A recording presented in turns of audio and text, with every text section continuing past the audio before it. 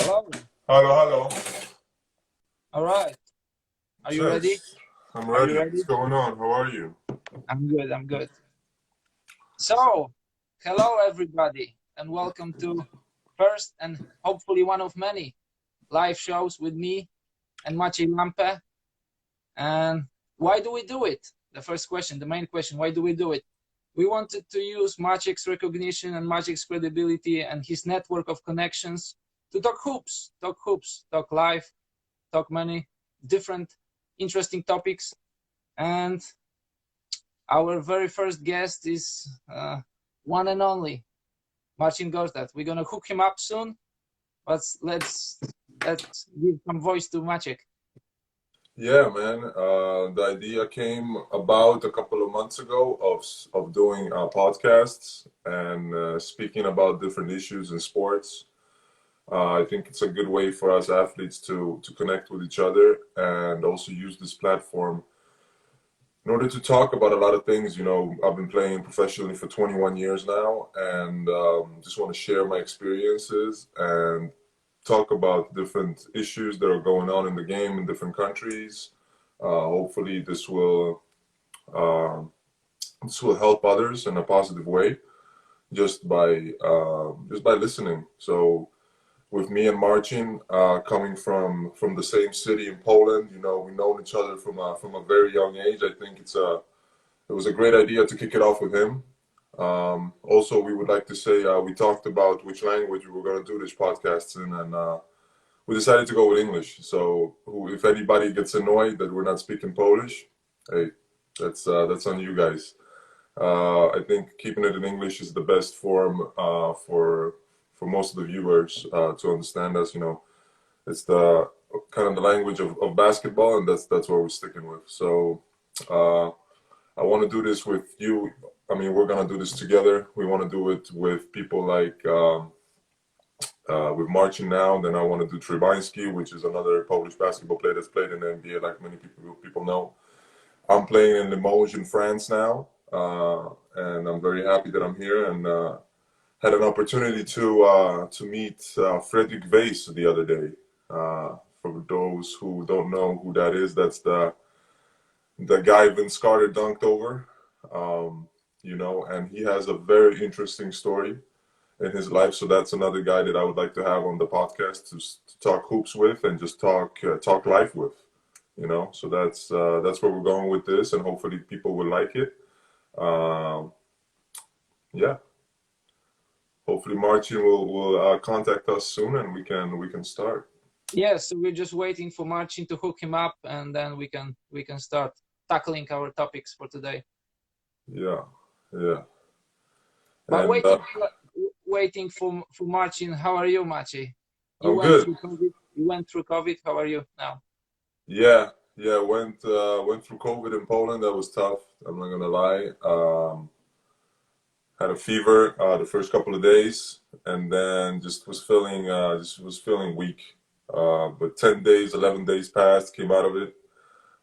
Just something that a lot of people have gone through. Glad that it wasn't that serious in my case, and was fortunate to sign right after that season in Poland and in France and continue playing. So the team here is doing well. They also had some COVID cases when I arrived. Two guys had COVID and they had one injury. The guys from COVID are back, and Jerry, the injured player, should be back in about, I don't know, 2 weeks or something. So the team is doing good. We played in the semifinals in the French Cup. That was my first game. We lost to Asvel by 2 points, but I think we did well because we had like a 7-guy rotation. So we did well. The team is growing. It's getting better. We've won 2 out of 3 games. So yeah, we won yesterday in Nanterre. I just got back late. That's why I'm a little bit sleepy. I took a nap today, and yeah, I'm happy to be here. It's a great organization. They really take care of the guys here in Limoges. The medical staff is great. So yeah, it's good. It's good. I don't know if he has a problem connecting. Yeah, we try to hook him up. Marcin, I have sent you an invitation, so just click yes or whatever you have to click, or just send me the the video request.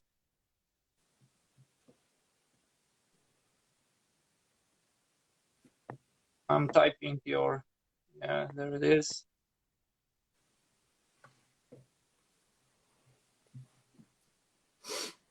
Hopefully there won't be an issue with this because this is the first time we're doing this. Yeah.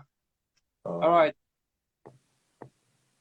The request has been sent to Marcin.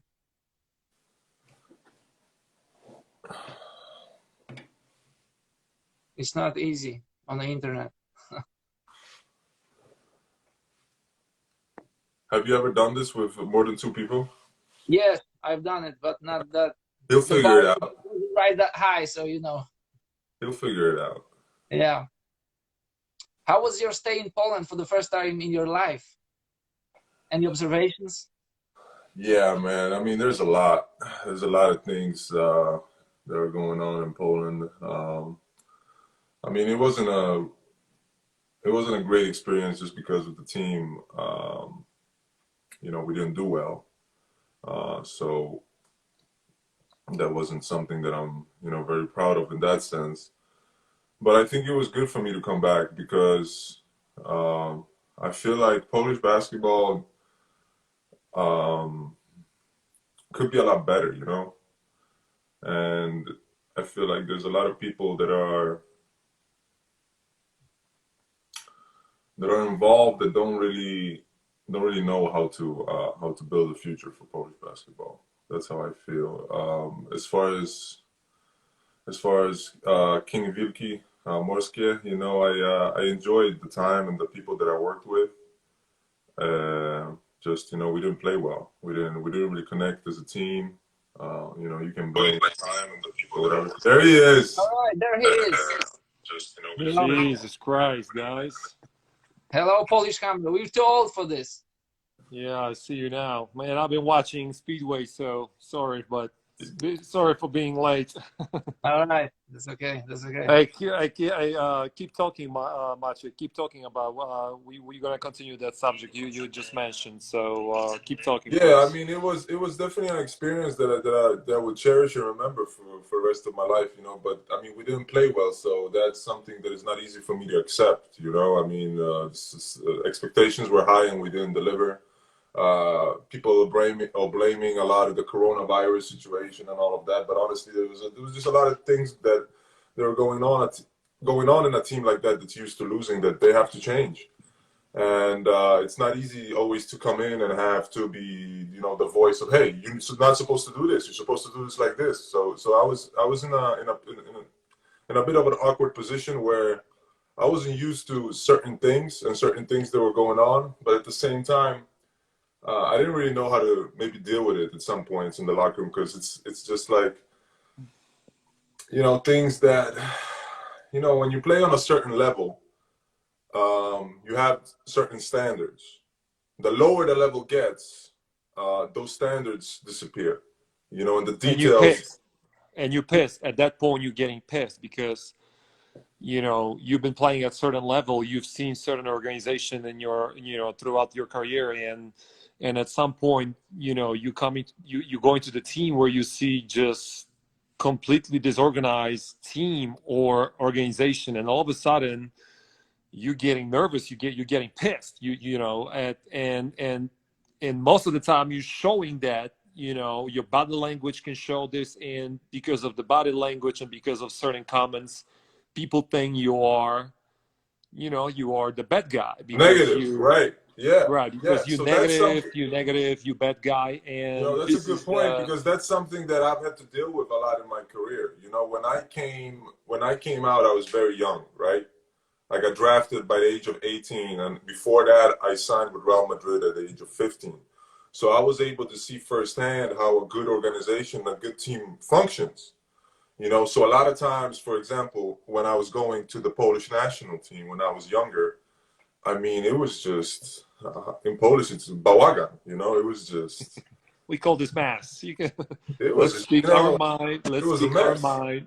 Yeah, and a lot of times when you're in these situations, what happens is that you look bad because you're the one addressing certain things, and the people around, you know, not the people maybe in the team, but the people who see it from a distance, see you getting upset. No, of And course, it's it's like, always like that. I mean, you know, the first person that actually is going to be a bad guy is the guy who's going to bring up the problems, and if you see certain problems, that's the moment where, you want to change something, you want to speak up about it, right. and all of a sudden you're the bad guy. You're the No, bad guy because you are the guy who actually decide to speak out. Well, this shit happened to me too.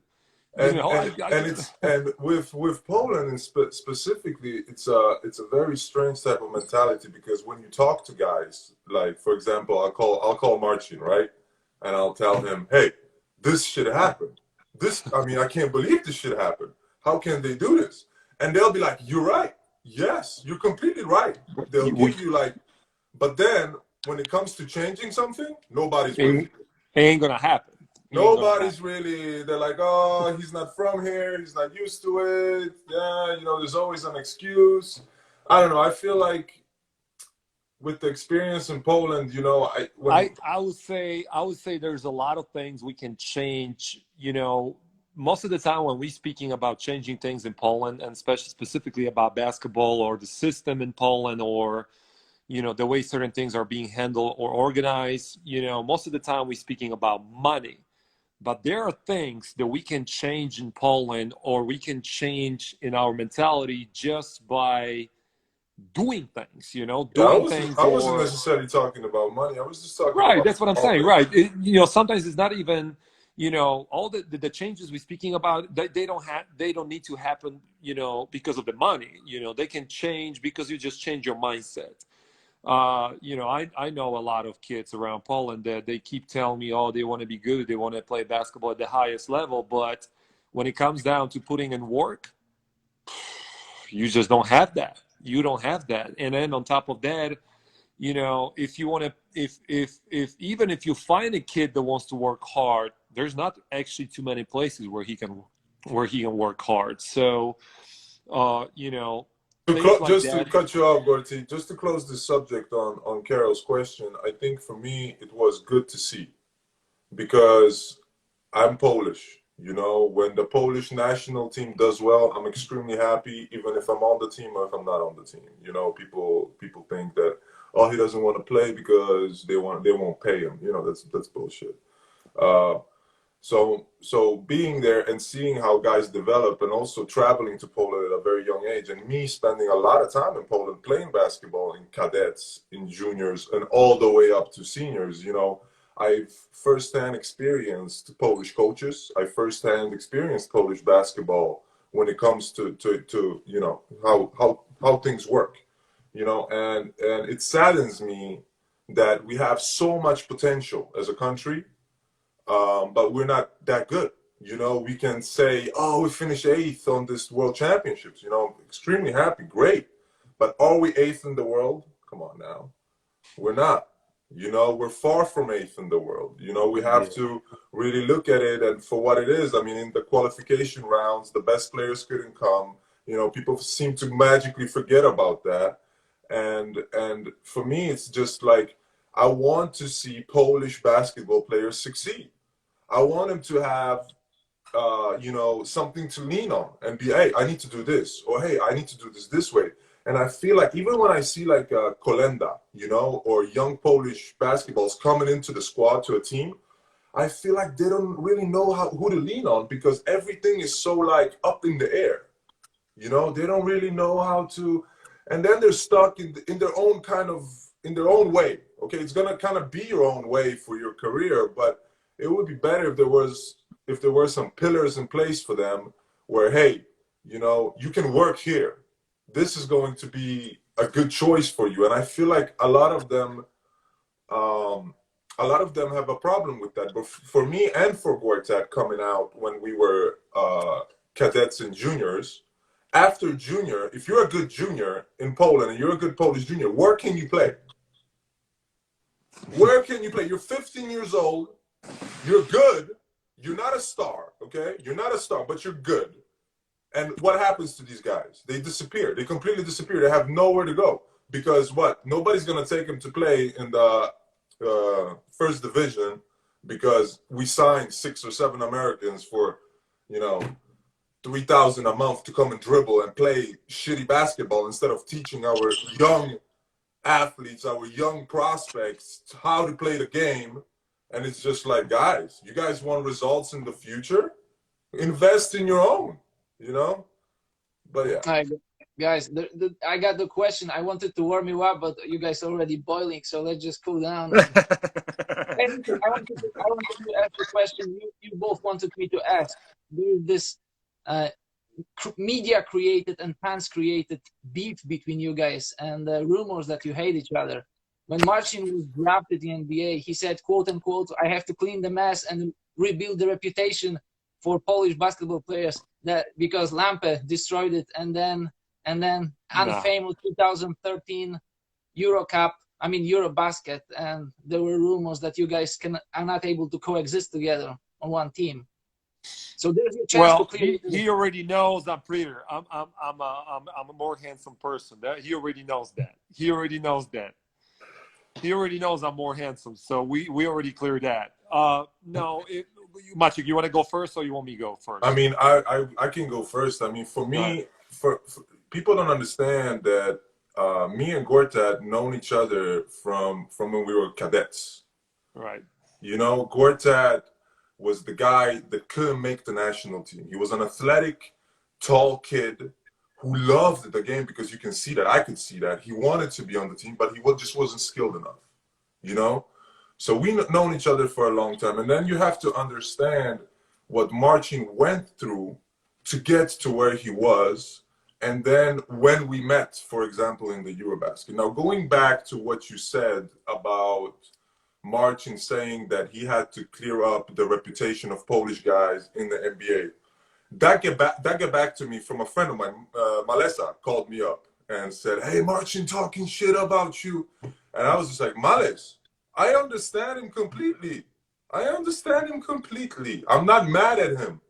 I understand him. And Males couldn't really comprehend with my answer because they're so used to beefing with everybody, you know? And I was just like, listen, when I got drafted, I was 18 years old. I made mistakes when I was young. You know, that was the first time I had some money in my pocket. Yeah, I made a lot of mistakes in the NBA. I can say that. For me, the NBA, when I got drafted, was a learning experience.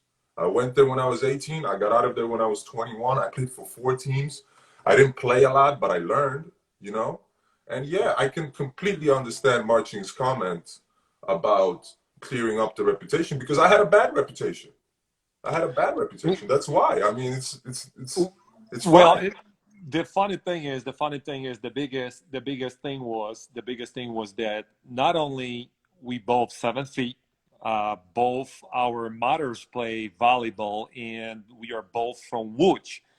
And when it came down, I remember that situation was exactly in New York. I was speaking to Mike Malone, the present coach from Denver Nuggets, and Mike Malone was so happy for Mike, man.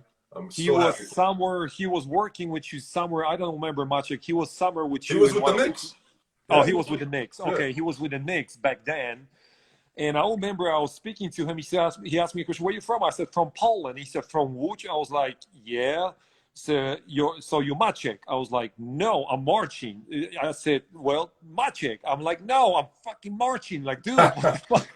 So I was trying to explain him that I said, listen, there is another guy like me, and literally he's also ugly as me, and he's also from Łódź, from Poland, but goddamn, his name is Maciej. I'm Marcin. So back then, yeah, that was the whole messed up situation where I was trying to convince him and tell him that I'm a different person. And he said, well, and he said, are you going to work? Are you going to work hard? I said, yeah, I'm going to work hard. So he said, okay, so are you gonna do better job than Maciej? I said, I don't know what Maciej did, because I remember I've seen him in Phoenix. And I said, I guess, I'm going to work hard. I mean, that's what I'm here. And again, the coincidence was huge, and it was so huge that his father, Michael's Malone father, Brandon Malone, become my coach in Orlando Magic, Right. and I was like, oh my God, I mean, this is crazy. I'm like, now I'm gonna deal with his father. Shout But out to them then too, man. Those two guys are basketball geniuses, him and his dad, man. geniuses, and I gotta tell you, he was just extremely great to me. I mean, he taught me a lot. But again, I mean, listen, I was 21 when I was drafted, and I made a lot of mistakes. And on the draft night, I made a lot of mistakes later in the restaurant or at the summer league. But hey, I mean, you can't really blame Maciej for, being an NBA at age 18 and having all that money. I mean, Jesus Christ. I mean, Maciej, you remember in Wałbrzych, right after you made it to the NBA, and I was in Wałbrzych, I Yeah. was freaking chasing Maciej all over the freaking hotel because I wanted to get to know him because he was an NBA player. I want to get to Right. know him. There's And I a want to get, picture. There's a nice picture from all of us sitting on the couch in the lobby back then. I remember. and I want to get to know Maciej. I was freaking like, I was chasing him. I always want to know, like, damn, this guy is from Łódź. I want to know, NBA player. Later on, we were freaking roommates in one of the rooms. We were together in Wrocław, if I'm not mistaken, Wrocław. And like that's how it was. Like, I was learning a lot about Maciej. But again, You know how it is, really, though. I mean, let's answer Carol's question honestly. So he's asking later on when we played in Eurobasket and stuff, and we had beef because you were in the NBA playing on a high level. I was in Europe playing on a high level, and now we're both on the same team.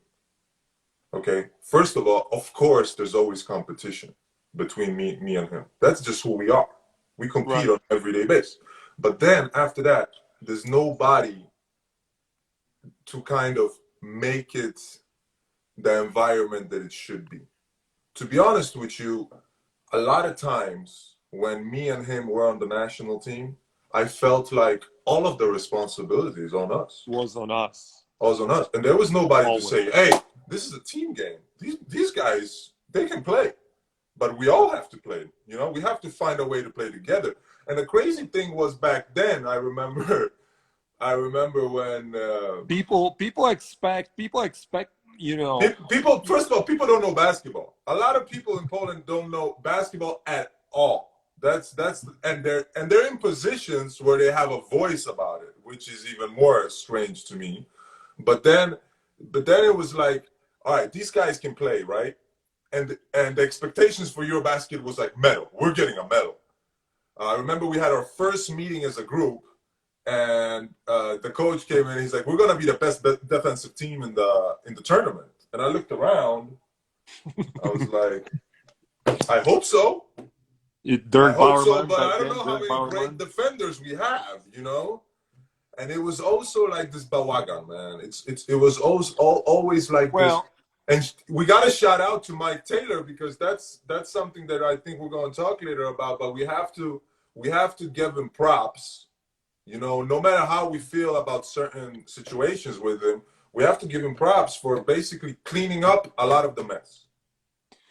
Well, but Maciej, he also had more time. You gotta admit he's been working with the team now for like what, 5 years, maybe 6 now. No doubt. Dirk Bowerman had our team like 3 months before the tournament, and on top of that, he's all of a sudden trying to, make me and Maciej like the best big man duo in the tournament. I mean, how many freaking games we play together? It's not even that we haven't played together ever. It's that the guys didn't play haven't played together ever. Like right, as a national team with Subarga, we haven't played. We don't have that history of, hey, we were good in cadets, juniors, and now we have like a structured team going into the seniors where we have a base of play. We never had that,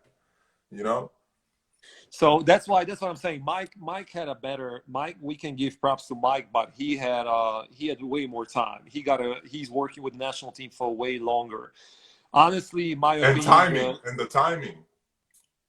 The timing. Well, I would say that you were a victim of a lot of things in Slovenia. I think Maciej was a victim.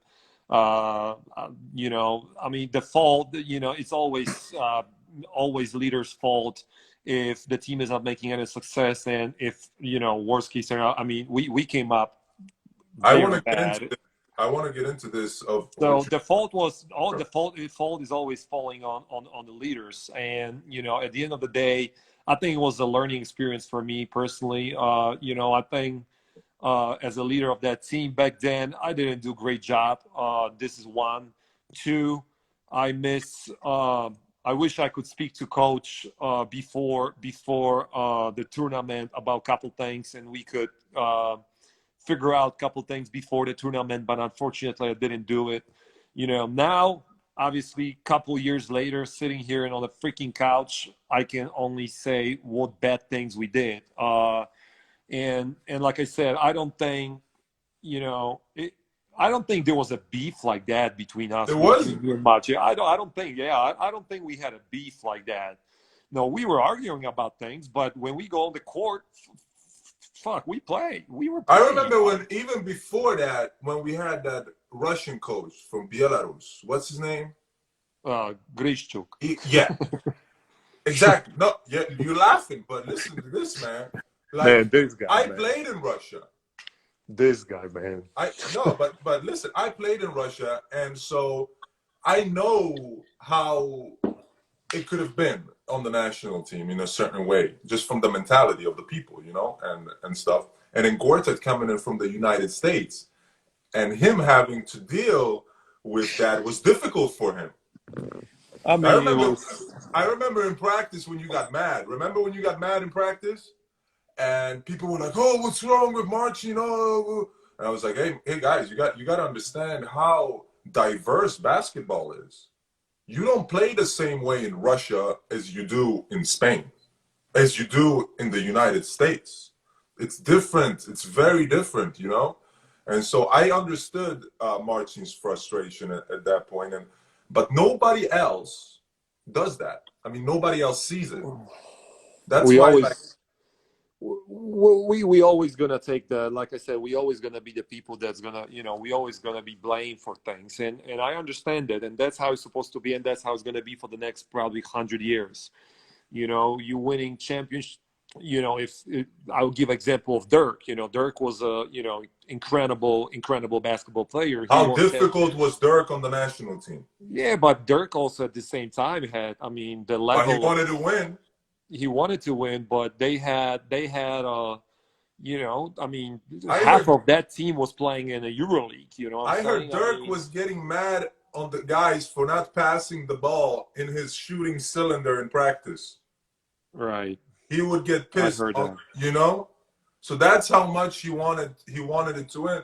But I feel like in Poland, everything is just like up in the air. Like they don't really, honestly, they don't really know how to lead.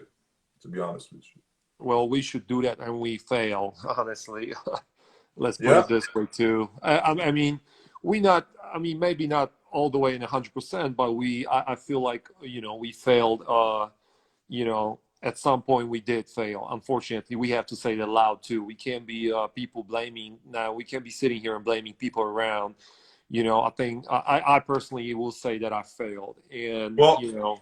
Well, we did. I don't think we failed, to be honest with you, because first of all, I grew up in Sweden, so I decided to play with the Polish national team because they were better, and I had some pressure from my family, but there was better competition for me when I was younger, right? So I was like, yeah, let's do it. Every time when I would come and play for Poland, I was seen as a different type of guy. Just because of my mentality being a lot different from the Polish guys, like examples, I wasn't used to speaking and saying pani, you know. I was more direct. People misunderstood me a lot. They'd be like, "Oh, he's niewychowany." How do you say that in English? Yeah. He's not raised well, you know. Yeah, he got raised well. So all of those things going forward matter. And you never playing for the national team until when? How old were you when you got to the seniors? 20 years old almost. No, when you got when did you play with the because When I started playing with the senior national team, I was 20. where did you play? Where did you guys play? I Oh mean, the first time I remember playing with you was in Eurobasket in Poland. no, I've been before.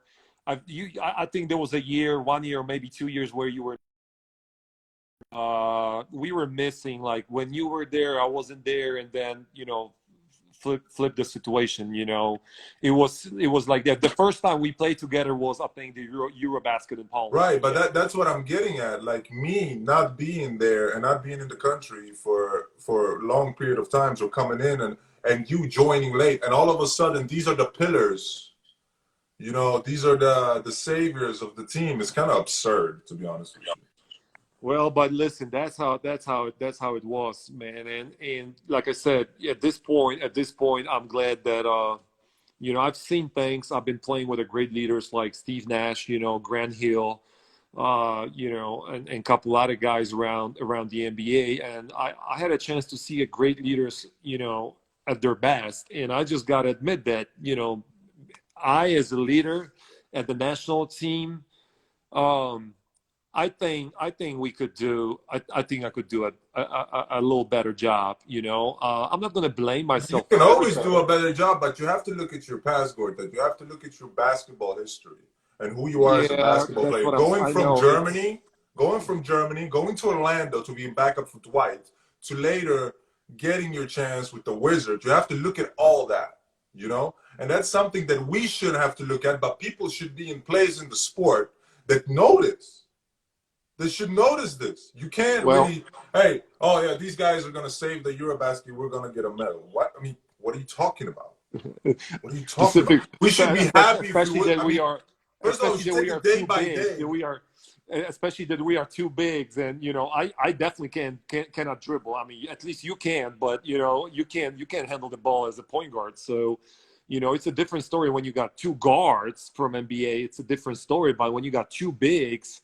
And Now two for me, bigs from the same position, where basically Maciej had to play as a power forward. And can he play out there? Yes. Is he 100%? Is he 100% comfortable over there? Probably not. to close this, Carol, I would say that it's always been. I mean, it's been a shit show, to be honest with you, It was always a shit show. in this environment, and it bothers me a lot. It bothers me because we put in a lot of effort. It's not like, I mean, people. If you want to be real, like playing for the national team for me and Marcin, it wasn't for money. I mean, I've played 21 years. I'm good. I lost. I'm okay right now. I gave Thank more God. money. I'm I gave fine. more. I don't Right. really need. But so you go there with, all right, I'm playing for my country. This is gonna be great. We're gonna connect. It's gonna be fun. And a lot of times it just wasn't. It was always a mess. And I have to say that Mike changed that. We can later talk about different things with Mike. In a certain degree, Marcin, you weren't there later. His positivity as a head coach and the way he did some things, not all things. There's some things, and everybody makes mistakes, like we all know.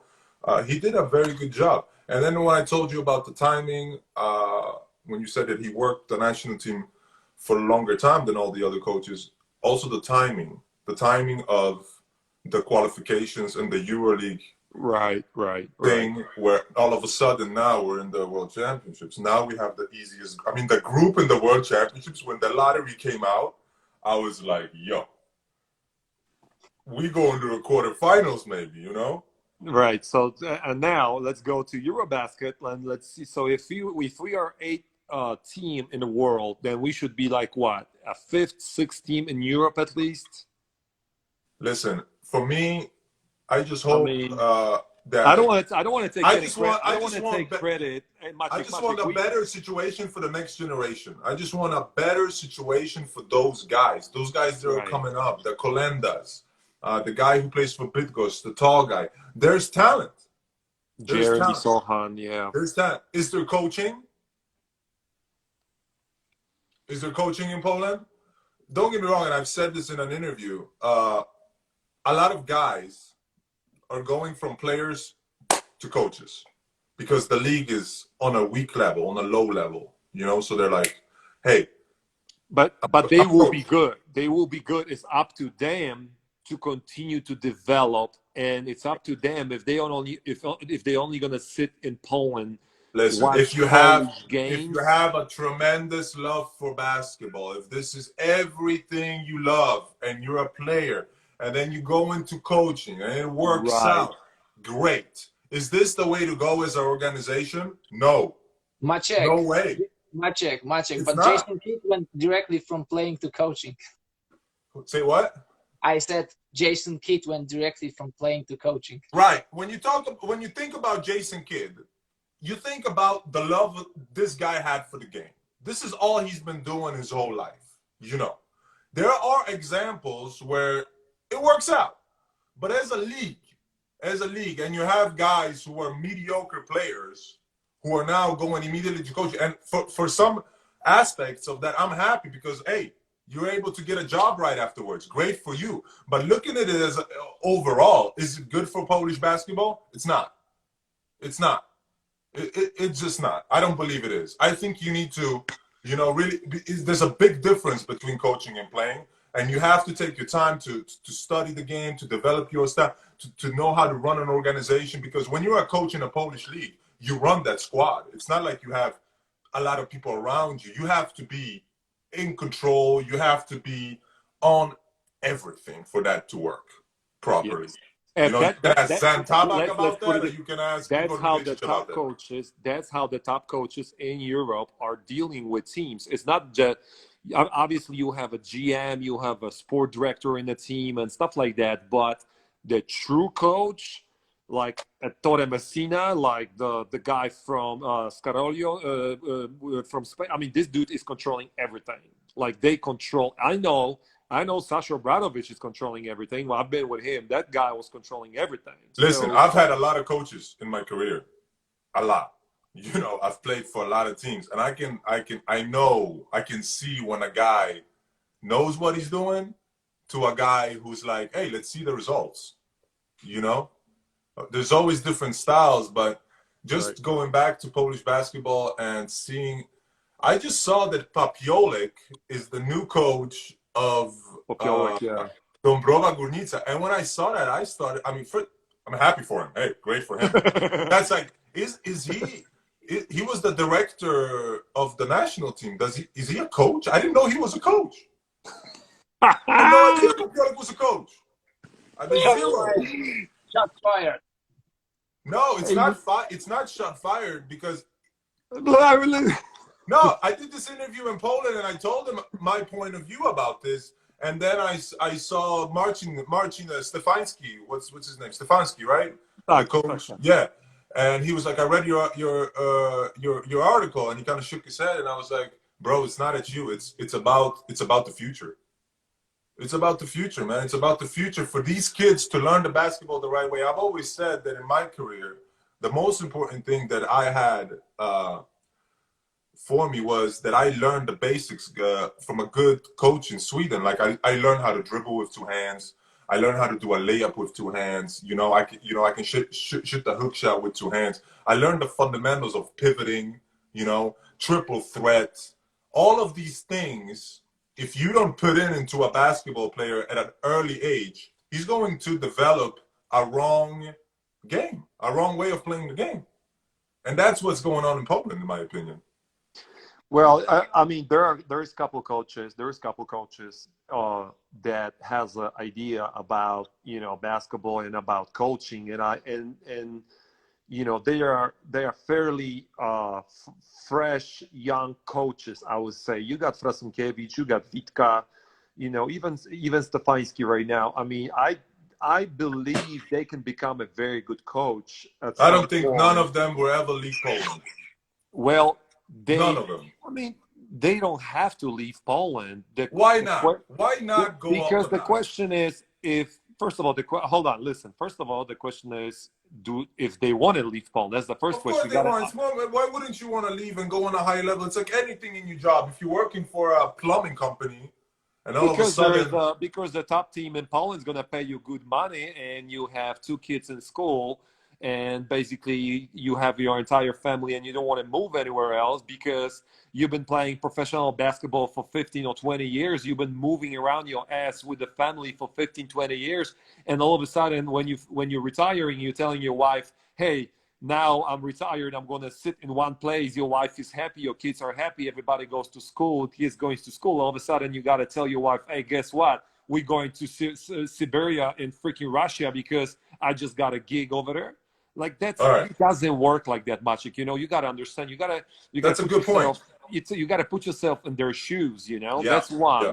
But two, if they want to develop into a better coaches, this is what I'm trying to say. If they want to develop into a better coaches, I mean, I don't know. I don't know if this is what they're doing. I don't know. I'm just guessing right now. I'm just guessing. If they thinking they're gonna show up an hour before practice, they're gonna watch film, they're gonna stay after practice, and they're gonna watch practice, or they're gonna watch game, and they thinking they're gonna develop into one of the greatest coaches in Poland or one of the best in Europe, they're wrong. They gotta go. They gotta watch different coaches at the highest level. They gotta study. Yeah. They gotta study freaking Phil Jackson. They gotta study, Greg Popovich. They gotta study Ettore Messina. They gotta study all different setups.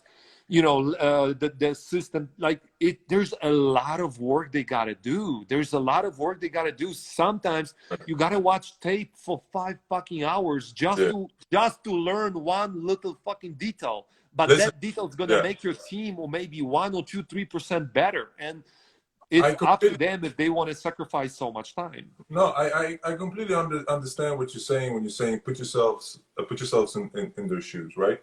And I do. Like for me, I traveled a lot in my career. I left Sweden, Poland when I was 5. I left Sweden when I was 15. I went to Spain. I've been to Russia, Turkey, you name it. I've been everywhere. So when you say put yourself in their shoes, that they have kids in school here, I think that the competition between Polish coaches should be who's going to be the first to get out of Poland and coach in a respectable league.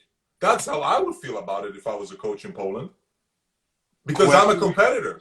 If you are a competitor, I wouldn't be satisfied with, hey, I'm going to coach here for the next 3 years and I'm going to have X money a month. And man, whatever. That's a loser's mentality. You're coaching in one of the weakest leagues in the world. What are you talking about? Every one of them, Stefanski, the little ones, Skipa, all of them should be competing against each other to be the first Polish coach to coach in Spain, in Greece, wherever. That's how I feel about that. I understand. I mean, you're right, but it's up to them. You can't demand. This is the job for the president of the federation. That's why Karierowicz he has to realize who wants to be the top coach or who has the inspiration to be. The top players in the Polish league are not Polish players. The top coaches in the Polish league are not Polish coaches.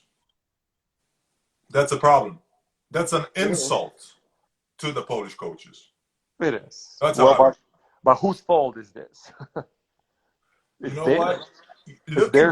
Looking back at the history of Polish basketball, we have to admit to ourselves that we are not a basketball nation.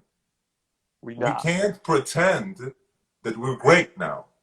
We can't pretend. We have to put things in perspective, and we have to make a long plan for the future, for the next generation, the generation behind them. For them, when they hit juniors, they need to have a place to play in the fucking country for them to develop. Maciej, so who are we? Football nation, handball nation, volleyball? Who are we? I mean, if you ask me about Polish sports, I would say that the sport with the most success has been volleyball. It is. But the question is why? Because and then if you talk about soccer, from my point of view, and I'm not in Poland every day, but I remember how it was back then when me and Marcin played for the national team. It was a bałagan, and then Boniek came. and he cleaned it up because he He did. traveled. He knows how things should work, and he cleaned the mess up. And now the Polish national soccer team is doing pretty well. Well, I gotta throw something here to the fire. I mean, volleyball has definitely the best results, but don't forget about freaking speedway. I mean, that's I mean, Zhuzhou. I mean, listen, dude. I mean, seriously, man. I'm learning more and more about that profession. I mean, about that sport, and I gotta tell you, first we have the best league in the world right now. We have the top riders in our country. And on top of that, I mean, we have two-time world champions Maciej, who's riding, in Poland. I mean, volleyball is really good too. I mean, as far as I know, a lot of people consider volleyball our league as the best league in Europe also. So, I mean, again, but listen, mentioning those three disciplines, soccer, volleyball, and speedway, we are not even near as a basketball discipline. We are not even near freaking the top three discipline in Poland. So we have to do it. Things has to change in order for us to become better. That's exactly why we decided to make these type of podcasts, to kind of just spread a little bit of awareness, and hopefully somebody somewhere in the position of power will hear this, and it will grow into a positive thing, because me and you, we have played on the highest levels. We have seen things. And then, like I said, going back to Poland and seeing things being done wrong all the time is something that hurts. It's something that hurts. It's something that I personally would want to see change. So hopefully with these type of things that we're doing, and like I've spoken to Marcin about my plans, I told Marcin the other day that I would really like to open up my own basketball gym in Poland. He's kind of against it. He's saying he's going to lose money and stuff. We'll see, but I do think that us players that have retired, I'm talking to like Zielinski, I'm talking to the Plutas, I'm talking to guys who are out of the game. I think that we need to be heard, because especially in a situation like Poland is right now, where they have no really like go-to guys, like who's pulling the strings, and we can talk about Piszewicz and the experiences I've had with him, and I know you're not really fond of him either. I feel like he's in a position where he doesn't really know that either. But then it's a respect thing with him. I don't know. It's just I just feel like it can be a lot better over there, and I hope in the future it will be. All right, next question. Let's go, Carl. All right, gentlemen, since Marcin is our guest, let's talk about Marcin. The other day I was talking to Maciej that, he noticed that the shape of your face is changing a little bit. So obviously you're not working out as much as you used to. I mean, everything is fine. You're still handsome. I mean, Jesus Christ, I just did bicep this morning. Jesus Christ, come on, guys. Right, that's still awesome. No offense to you, Marcin. But let's talk about you. What do you do after your retirement? No, I'm like I said. I mean, there's not much to speak about. I mean, I'm people who already know, and I'm into speedway a lot now, and I'm into esport. I'm doing a lot of things with the esport. At the end of the day, I'm trying to work out a little bit. Just to keep my body in shape. I had recently problem with my spine. Unfortunately, I had some issues that. They required a couple injections and a lot of rehab. Right now, I'm fine. I'm moving good. I'm actually getting stronger right now. But when you're done with basketball at some point, and this is something for Maciej too, like you can't stop working. You can't stop working. You got to continue to do cardio at least twice, maybe 3 times a week. You got to continue to work out and just keep moving your body. If you shut down your body. If you shut your body for like, 5-6 months, man, you done. You ain't gonna get back in shape that easy. And unfortunately, that's what I did. So yeah, I'm trying to enjoy my life too. Spending time with the family, my lady, and trying to do some businesses. I think in the near future we're gonna meet up with Maciej and we're gonna talk about his gym. I think. That gym's gonna have opportunity to exist. It's gonna have a chance to exist if we gonna kind of like connect together and if we kind of gonna work together. And I'm gonna explain here why when we're gonna meet. having a gym right now in Poland, just freely standing gym, is not going to bring you any profits.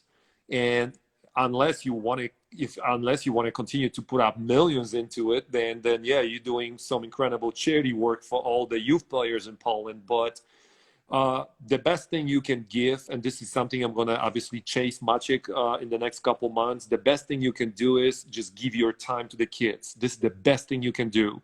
And definitely I'm going to chase Maciej. I'm going to call Maciej to come over to Poland. I'm going to get him a hotel. And we definitely going to go on the court together, and we're going to bust a couple kids' asses. We're going to work with them. And I want to have the best Polish talents. I want them to learn something from me, and I want them to learn something from Maciej, because at the end of the day, I think each one of us is able to bring a lot of things to the table. And Maciej Maciej sees something different, and I see something different. And I think, if we're gonna bring Maciej to my camp, if we're gonna bring Czarek Trbański into my camp, having 3 NBA players from Poland at my camp, I mean, shit, that's gonna be epic. That's gonna be epic. I mean, I think it's gonna be huge. Hey, Marcin, what I wanted to do with you during this broadcast is I wanted to speak about your career before the NBA, in the NBA, and now after the NBA. And for me, the most important subject was now after. And let me tell you why. When Carol mentioned to you now that I said that Gortat has changed, and I can see it when I talk to him, it's because I've been injured. I've had 2 hip surgeries. And when you are playing basketball and your body's used to the impact of the game, when you weigh 120, 110, whatever you weigh kilos, you're running every day, your joints, your bones, everything is used to jumping, hooping, And all of a sudden, not all of a sudden, but all right, let's face it, Marcin's career, realistically speaking, ended quicker than everybody expected. Am I right? Well, yeah, they thought I'm going to play longer, yeah. I mean, in my opinion, I was like, he's done? What? And I called you right away. I was like, you done? And you're like, yeah, bro, my body, And I was like, man, because I know from my experience how much I've invested in my body. It's not easy to continue to play at a high level at the age of 36, right, especially when you're tall and you're heavy. People don't realize how hard it is, Right. So we'll go back to the beginning of your career, but my question for you is now, when you've stopped playing, and you talked about it for a second, like rehab, and also people don't understand, when you're 7 feet, 6'11", whatever the case may be, just that by itself is difficult. It's super difficult. Being tall, look how I'm sitting now. I'm sitting in a chair where I'm not sitting properly in a good posture. Right. Just because the world is not made for guys like that. People don't really realize. And then you're going from sports, and all of a sudden you're spending every day in practice, your hormones are working, you're sweating, you're running, your heartbeat is going up, and now you stop. Yeah. I remember when I stopped for my surgery in my hip, I almost went crazy. Me too. That's what I did. I almost went crazy. That's why, Marcin, for me, I would like to know how difficult it is, and I would like for you to share your experience where you are now, because you're experiencing it. And please be as honest as you can for the athletes, so people can understand. I'll tell you right now. I mean, all of a sudden you finish playing basketball, and and people asking you like, hey, I mean, you asking yourself like, all right, what you gonna do now? So what happened is, I remember I was waived in February. So for the first 2 weeks, I was still kind of like being considered for signing with a playoff team. So I was working out. I was, running on the treadmill. I was doing some push-ups and, doing some exercise at home. Were you never considering of coming to Europe? Never. Why? Because I don't think I want to. I don't think I want to go all the way from the NBA after 12 years into a Europe where you basically work out 5, maybe even 7 times a week, and you only play 1 game. I just can't do that. My body is not built for that. It came to the point where you start practice, and coaches seen this in NBA. you start practice and you watching these guys and the coach is telling you, okay, we gotta drill this and this, and I'm swinging with my eyes. I was like, Jesus Christ, I've been doing this shit for 12 freaking years. Like, I know this stuff. But then the coach says, no, but there's You know another how I thing. feel? You know how I feel on these 2 points with you, and I gotta be real with you. First of all, I feel like you, as a basketball player, went through a crazy amount of hard work on your body in a kind of short period of time.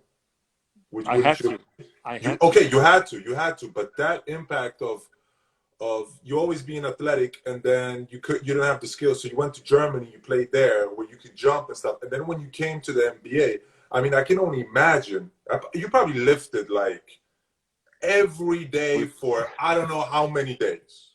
Every day. So I remember seeing this guy when he was coming off the bench, playing against Dwight, and I was seeing him, how strong he was, and I was just thinking to myself, how many hours does this motherfucker spend in the gym?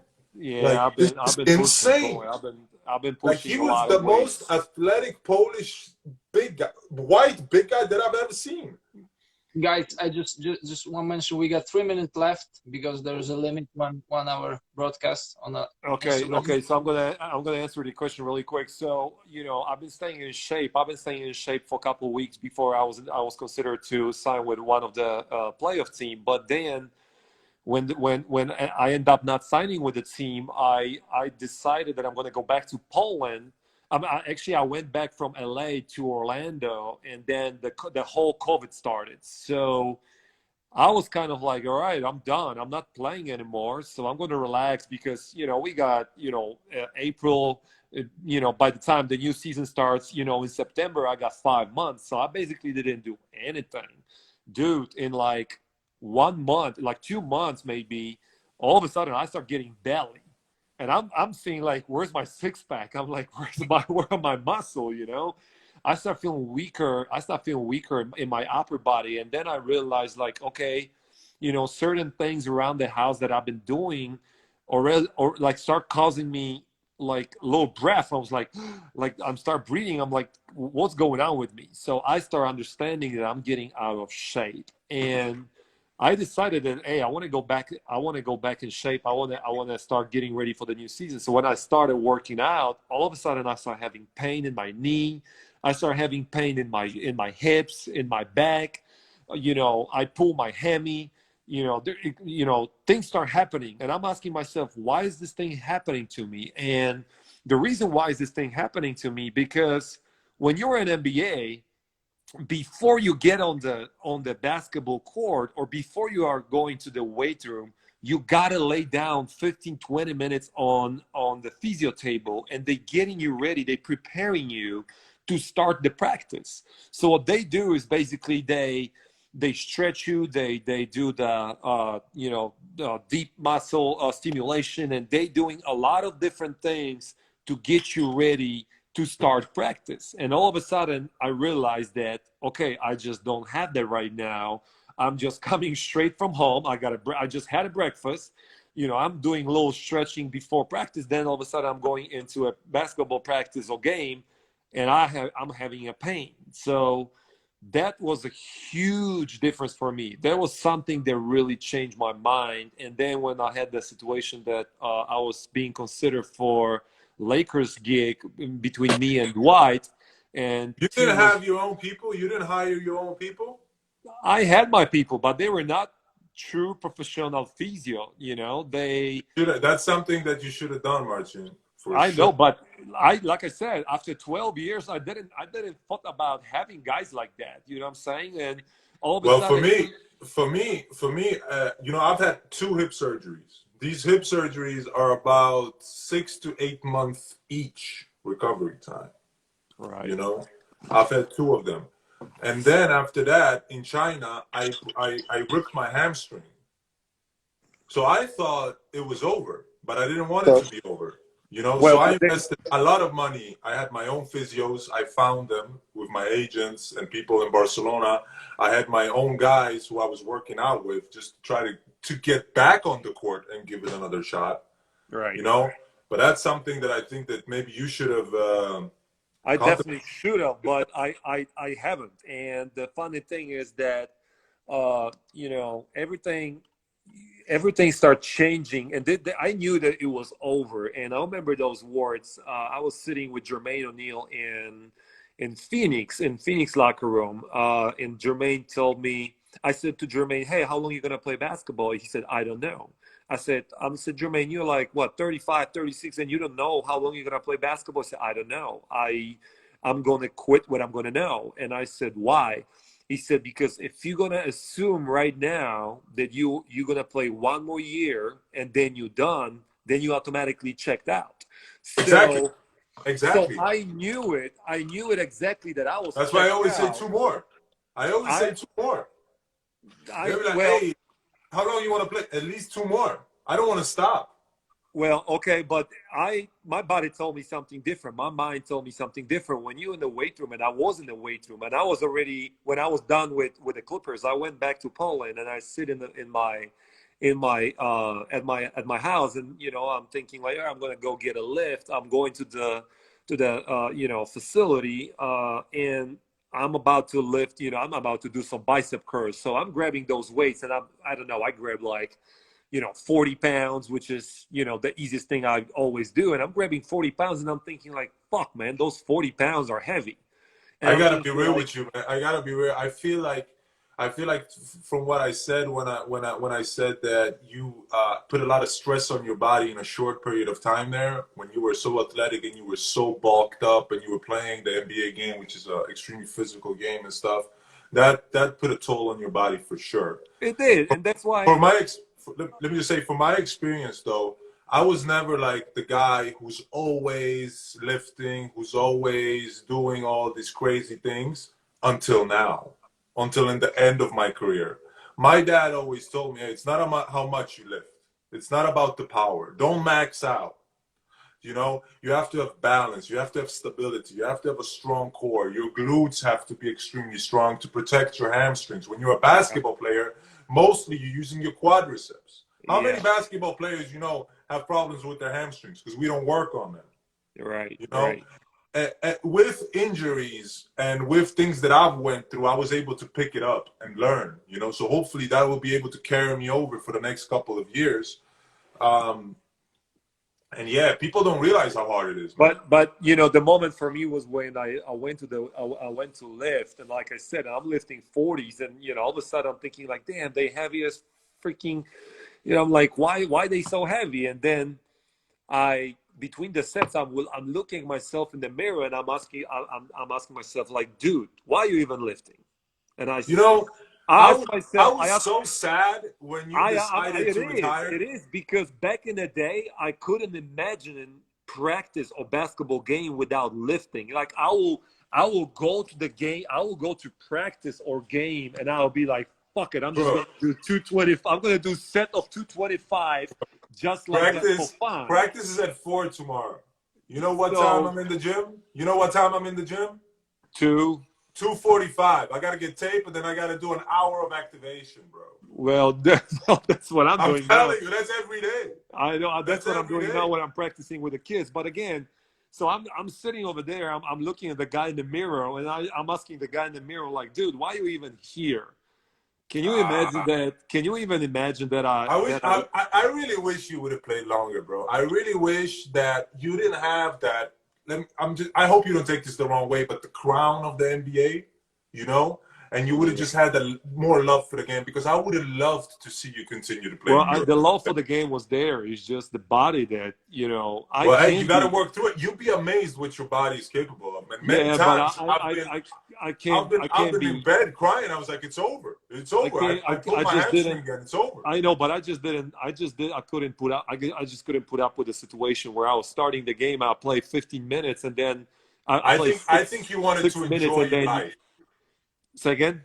I think you had accumulated a lot of wealth also, and I think you wanted to enjoy your life more. I think Oh you had yeah, different things in place, whether it was investments or different projects, and your mind went more over there. That's what I think. you're right. You're right about that too. You're 100% right about that too. I had too many things lined up after my career, and that's why I had a reason to to leave the game at the point where I wanted to. I could leave the game at the point where I wanted to. I didn't want to be the third center. I don't want to be a third center sitting. That's that ego. At the end, that's the ego. It is. It is Yeah, ego. of course. I mean, it You is. gotta It have is. one. I mean, I'm speaking from the bottom of my heart. I don't want to be the third center, Right. knowing that the guy who's playing in front of me, I can cook his ass. I can freaking, I can murder him under the basket. But then because I'm 37 years old, I got to be at the bench, and I got to teach young 18, 20 years old kids. I got to teach 18, 20 years old kids how to act and how to behave in NBA. I don't want to do that. I got no time for that. I'd rather sacrifice my time for the kids in Poland. I'd rather do that in Poland. One thing I have to give you props for, though, is that you, I don't know the guy's name who you took after, but I remember talking to you about this with the national team, about creating your foundation, first of all, and about setting yourself up for retirement. That's something that I think Marcin has done exceptionally well. I remember when we were in Łódź years back, and this guy had bought up like all of the apartments in the city, investing his money, not blowing it on stupid stuff. He probably blew it on stupid stuff like everybody did. I blew it on a freaking drone. I bought a drone to fly around with the drone for $2,000, but I didn't blew it $200,000 in the stripper club. I'm not talking about 200. Like goddamn James Harden or somebody else. I didn't do that. Well, but I got to give you props for that, because you've really accomplished, first of all, from an economic point of view, as an athlete, you are the GOAT. There's no, come on, bro. You made. I hope you're recording this. This is when Maciej says GOAT, I got to get that on tape. Yeah, I've always said that Marcin is the best Polish basketball player, and I always say that. Well, let me finish. I'll tell you how I feel about that. Because you have played on the highest level. None of me, I don't know who else is in the discussion, can even come near to that.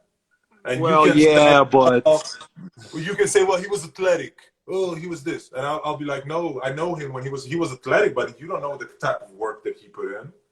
So you are that for sure. And as far as making money, I mean, come on, man, you're also up there. But what I saw that you did extremely well was when you came back to Poland. I'll tell you, remember when I came back, when I got drafted, and me and you and the homies went out, Yep. And I was just a spoiled little brat with some money in my pocket, and we started going out, and we thought we were the shit, blowing money on dumb stuff. Marcin was never like that. Marcin had a discipline in him when it came to these type of things, because he was hungry from a young age. He saw me. He saw other people blow up, and he was like, man. Hey, but I learned things from you too, right? buddy. And exactly. The and I've learned things from you. The stuff we did in Phoenix. Yeah, for sure. And then seeing him coming back and having that discipline of, hey, I'm not doing this. This is not beneficiary for me. I don't want to mess my stuff up, and him investing and doing all the things he did, man. That was a real eye opener for me when it came to my investments. And I that's a whole nother discussion that I wanted to talk to you about with athletes and with money and stuff, because I mean, me personally, when I think all the money that I've blown through on dumb shit, I want to go and kill myself in the backyard. You know what I mean? But you got to use that. Don't use this as a bad thing for yourself. Use this as a learning experience. I lost money. Exactly. It was a learning experience, and I was fortunate to make some good investments as well. But I really want to spread the message to athletes. And then also, like me and Marcin is a little bit different. I mean, we didn't really grow up in the same country. We had a different type of mentality. It was different. I just had a lot more swag like than the Polish guys had when I came in. I had on the new Jordans. I had like 3, 4. I had a dope mobile phone. You know, I came in and I was dating women, grown women. I was like, yeah, that's my girl. You know, I was doing like stuff that for them that they were. That's why Marcin was so keen on me when I came to Wałbrzych. He wanted to. He was like, "What? How'd you do it?" You know, and I remember talking to. You're totally right. You're totally right. And I remember talking to him. I just told him, man, keep working. And you were going to that Benetton camp you were telling me about. And I was like, bro, I never did that. You know, right now. I'm going off of my talent right now. I'm just going off of my talent. I'm not really going off of hard work yet.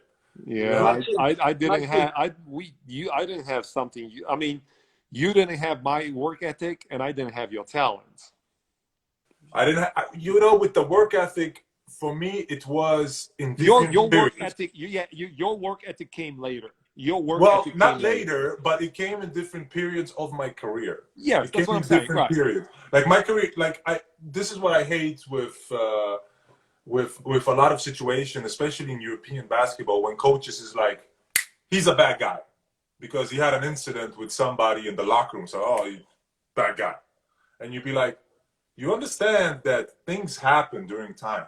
You cannot judge somebody from one because of altercation. one situation, correct? And a lot of people do that all the time here, and I'm just like, bro, you have to judge somebody from your own actions with that person. That person evolves. Everybody evolves, you know. So me being misunderstood in Poland when I was younger has kind of haunted me until now, really, because of my relationship, of me being outspoken and saying what I think about Poland. Like, some people don't like that. They're like, he's talking shit about us. Oh, he's not really Polish. He doesn't even speak Polish in his broadcast. And you'd be like, bruh. Yeah, I know. That shit's gonna be funny, eh? Hey, okay. Marcin, where did you take this wisdom from about saving money, investing money? Right. I know who it was. There was that one dude on your team in Orlando, the African guy. I had a lot of guys. I had a great vets. I had Donald Foyle. You know, from not Barbados. He's from St. Vincent, Caribbean Islands, St. Vincent, and you know, he was a big mentor. You know, from the financial standpoint, you know, from a business standpoint, he was incredible mentor to me. I had a lot of guys that were actually like guiding me, and I even have a lot of guys right now. So, you know, I think it was a process for me to learn, you know, all this stuff, you know, throughout my career. I think it's just it was a process, you know. I always felt like Brandon Malone was always like, you know, keep saving your money. But then at the same time, I was like, listen, I'm going to save my money. I will. But fuck, man, can I at least buy like a nice backpack for myself? You know, I signed a 34 million contract. I'm like, can I buy a nice car? Like, can I go straight to the goddamn dealership and pick up the car that I want? How did you feel when you signed your biggest deal? How did you feel at that? Because that's not the first deal, right? That's the second deal with the Wizards. Second deal.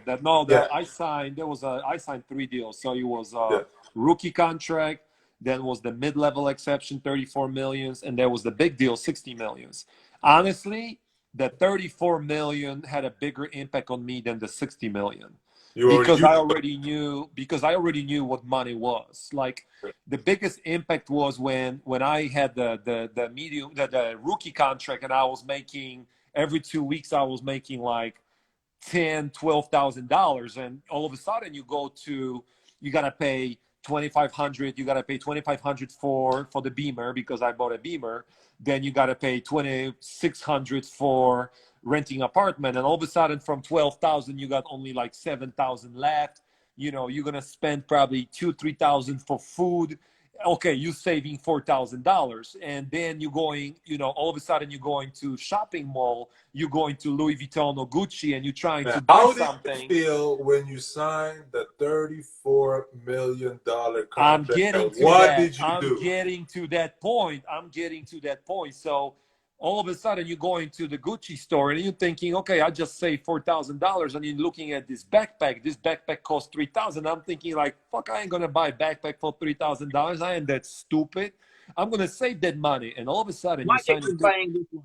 you signing 34 millions, and the first check comes in 2 weeks. I mean, my signing bonus was $500,000. So my financial advisor calls me like, okay, money's on your account. I'm like what money? So you have half a million on your account. So I'm going into a Gucci store or Louis Vuitton, and the guy said, how much this cost? 3,000. I said, that's it? He said, yeah, 3,000. I'm like, okay, let me get this, and this. And all of a sudden you're finding out you spent 15,000 in one store. And all of a sudden I understand that it's, the money I start making, it was such a huge money. Then I'm calling the guy, say, hey, I want to buy Benz. He said, how much, what car? I said, the best one it is, S65 with, V12, 6.5 liter engine. Remember mine? Yeah, I know. You didn't have V12. You had. I didn't need it. It was too heavy. Mine was faster. That's better. No. I remember this conversation when Maciej said, "Oh, dude, you're doing everything like me. You want to be like me. You even bought a Benz like me." I didn't, Maciej. I didn't know you had a Benz back then, though. That was funny. That was funny. I mean, just look at what we did. Like, we even bought the same car, bro. Dude, like it was a coincidence. I mean, some things were coincidence, some things were not. But like again, I bought a car because in 2 weeks every 2 weeks I could buy a new car, and that was like I was like, fuck, man. So that was the point where I understood, like, dude, I'm rich. Like I can buy anything I want. But then the second contract, it wasn't the same, because I signed a contract and the guys were asking me like, dude, what are you gonna buy? I'm like, you know what? I said, there's this fish. I got a fish tank, and there's this fish. The fish is like $300. I'm gonna buy that fish for $300. This bitch he's gonna die on me, in 24 hours. I'm not gonna buy that fish for $300. But then I signed that 60 million contract, and I'm thinking like, you know what? I'm gonna get that freaking fish for $300 now. So that was it. That was the difference. I didn't spend the money. Well, you have to give Marcin props for this, because I don't think there was never when you come from, we don't come from money, me and Marcin. I mean, I know that we're from Łódź, we come from poverty, So my question to Marcin was how he felt when he signed that huge contract. I remember for myself when I was playing in Russia, and I became a millionaire. And I was just sitting there on my laptop, and I saw the checks going into my account, and I'm like, you're 21, 22, you're a millionaire. And I was like, yeah. Finally. You own the fucking world, right? You own the level, well, for me, myself, the level of confidence that I had when I was young, even in the NBA, was out of this world. I don't have that confidence. I'm confident, but I don't have that type of confidence. Like, you couldn't tell me anything. There was nothing that I couldn't do. There was nothing that I couldn't say. And that's the issue we have right now, unfortunately, Maciej. This is something that's going to stick to us for the rest of our life. And at some point, the confidence we had in a basketball game, it was helping us. But in our real life, is destroying us. Like, the money we have, if we ain't gonna, you have to find a balance. You have to find a balance. If you ain't gonna find a balance, if you're not gonna raise your kids the right way, I mean, I'm not speaking as a father. You are the father, but if we're not gonna raise the kids the right way, they're gonna be broke. They're gonna be broke. That's fine. We can talk about raising the kids, but both me and you, I think, if I'm not mistaken, I come from a broken household. What I mean with broken household, I mean my mom and my dad didn't have the best relationship. Yeah, they were married. Exactly. Exactly. So we're kind of in the same spot with that. That's why that question for me, when you signed that big deal, I think that you had a much better support system than I had around you. Because when I went to the United States, I went by myself at 18 years old because I was tired of the shit at home. I didn't bring my dad. I bring my mom. I was like, yo, I'm done. I want to play basketball. I want to live my life. I want to make my mistakes. I'm out. I just got drafted. Sayonara. With you, you had a little bit of a different upbringing where you had friendship. You have Mihal. Right. That's your guy. You always had somebody to be like, hey, you got practice tomorrow. You Oh, know? I did. I had that. Exactly. I had that. So That guy, man, I mean, that guy helped you a lot. And that's great that you had him. For me, I moved around so much. I left when I was 15. I left when I was 21, you know. It was different for me. yeah, like I said, I had a supporting cast. I had my entourage, people that, you know, always look out for me. I do have entourage right now. I mean, I do have a great people. I have a great business partners, you know, and that's why, you know, I'm in a fortunate place. I'm in a great spot right now, and that's why I always say I want to give that knowledge, the knowledge we have, and you know, I would love to think see it's you do going to that. be outstanding stuff to have me and Maciej to speak to an entire group of young athletes in our country, and I'm not talking only about you know, basketball players. I'm talking about soccer players, volleyball, you know, handball, you know, and when I having see these dudes Maciej on speak. YouTube, when I see these guys on YouTube, they're talking about money and how you should be with your money. I'm thinking about you, and I was like, this is what Gortat needs to do in Europe. He just needs to tell people how to make 20 out of 10. You know, Yeah. how to be smart with it. You know, what kind of accounts they can put their money in, what kind of businesses, how they can make their money grow. I think that's something that would be really great if you did, because We you will went through it. do a rookie. We're gonna do a rookie transition program. It's gonna be a pretty cool stuff. It's coming. Maybe this summer. Who knows? Maybe this summer we might do You it. know how I feel about the rookie transition program? I feel like it's not preparing you enough. For me, it did. It gives you a knowledge. It's It up to gives you too you. much information at once, bro. It's a It week. does. It does. But It's a week of constant watch out for this, watch out for this, watch out for this. And I'm just happy, bro. I just want to play No, ball, you're bro. right. No. Listen, it twists your mind. It twists your mind because it twists your mind with women. It twists my mind with women. We keep hearing watch out because there are women like this, like this. All of a sudden, for the next 5 years, every time when you see a woman, you're like, like, okay, you trying to catch me. You trying to do this, and that. Like, no, Yeah. it twists your mind. It twists your mind, and it's screwing your brain, definitely. But if just throwing that knowledge to the kids and to the youth athletes, I think is going to be great because they're going to have the knowledge. It's up to them if they're going to use it. It's only up to them. Seriously. I mean, I'd rather give them knowledge. I'd rather give the knowledge to them and leave this up to them if they're going to use it or not, or don't give them nothing. You know what I'm saying? And then, you know how I feel? I feel, and I don't know why this is not in place. I think that there should be some kind of organization that is structured from either the city or wherever it is, where you have athletes, because you have to understand how an athlete works in order to understand kind of how he acts. Like for example, a lot of people, there's a lot of situation of athletes. Oh, he played in the NBA, but his career got destroyed. He had a kid with this girl, and then he got into drugs, and then he committed suicide. And it's like, bro, it's kind of not his fault. You know, everybody's looking at you. He's an NBA player. Woo! He's a millionaire. You know, he has. Yeah, they don't know. They don't know. And it's not like that. Yeah. And for me, when I was growing up and dealing with my issues, I had my agent, my second agent, Doug Newstead, not my first agent, but my second agent that I could call and I can talk about real questions like, hey, this happened to me. What should I do? He's like, Maciej, listen, bro, blah, blah, blah. And he explained it to me.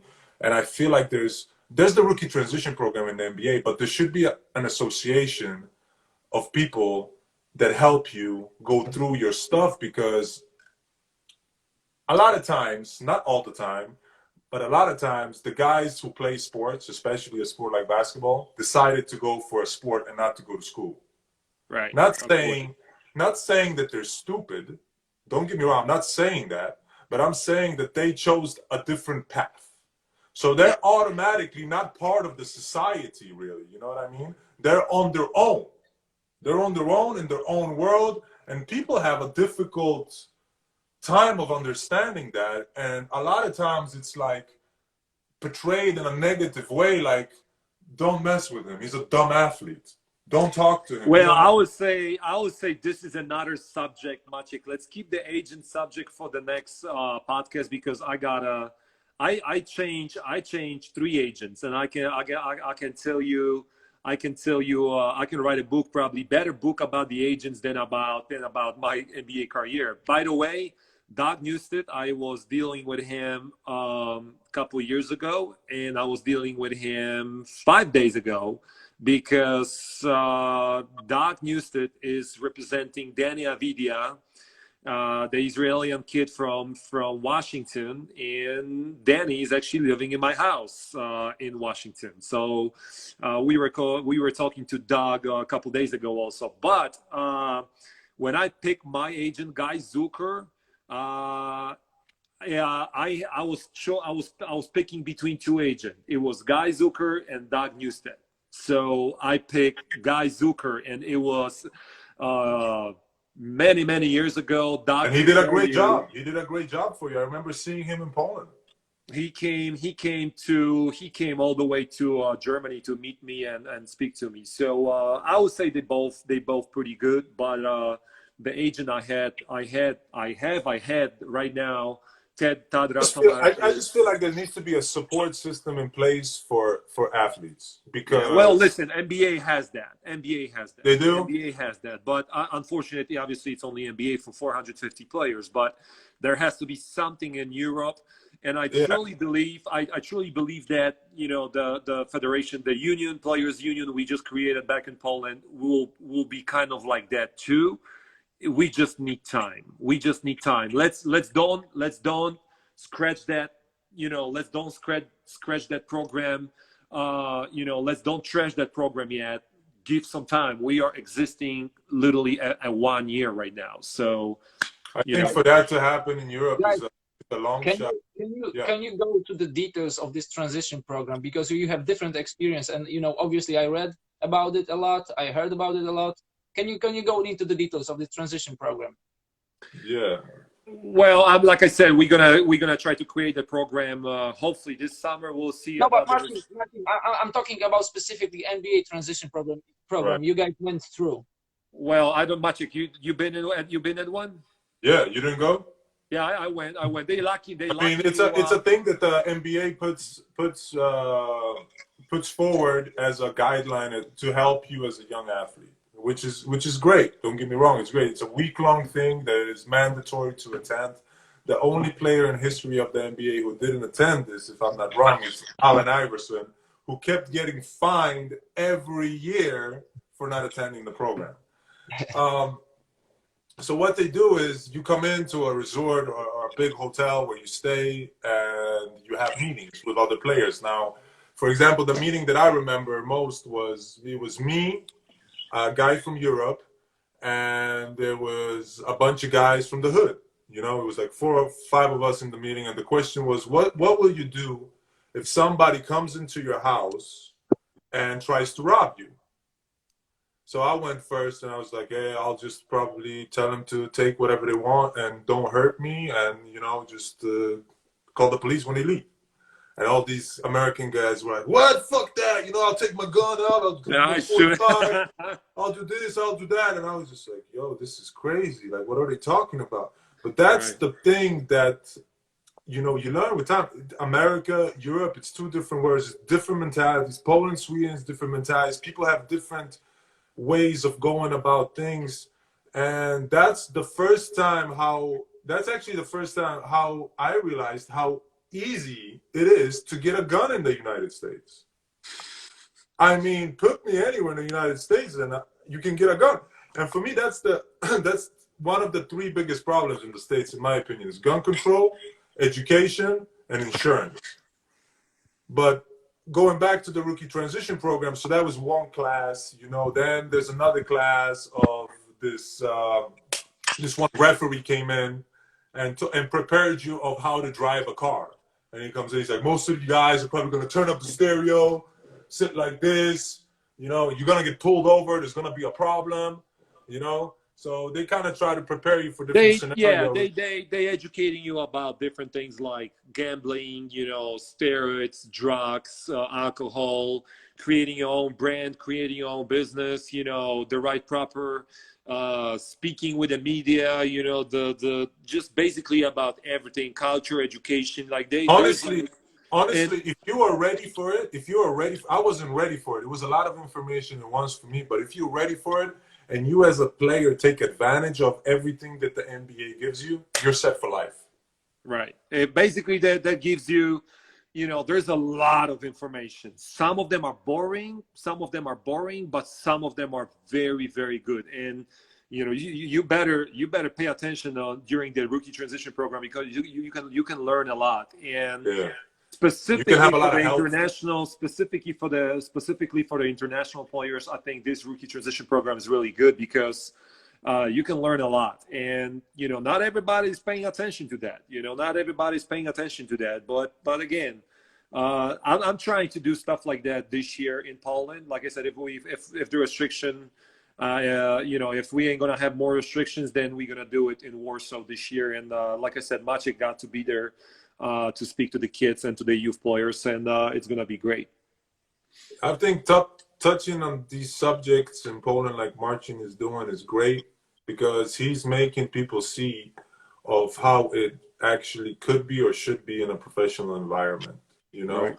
And that's something that I'm giving him props for, and I think he should continue to fight for that, and to try to you know, make people realize that, hey, there is a support system if you really wanted to. Like, Right. what I wish, what really saddens me is when I look at guys' careers that I played with, and they couldn't figure it out. They were good enough, but they just decided to, oh, you know, I'm gonna get away from basketball a little bit and start doing other things.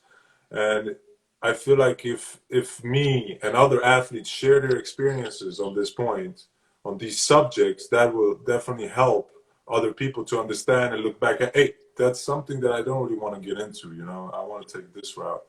So hopefully this podcast will help. Yep. Guys, I think this is enough information for today. You know, I think there's a lot of boiling in the heads right now, in people's heads. So I think this is enough for today.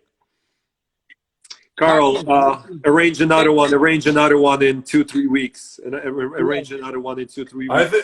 I think there's a lot to talk about, and I think the more we do, the better, man. Yep.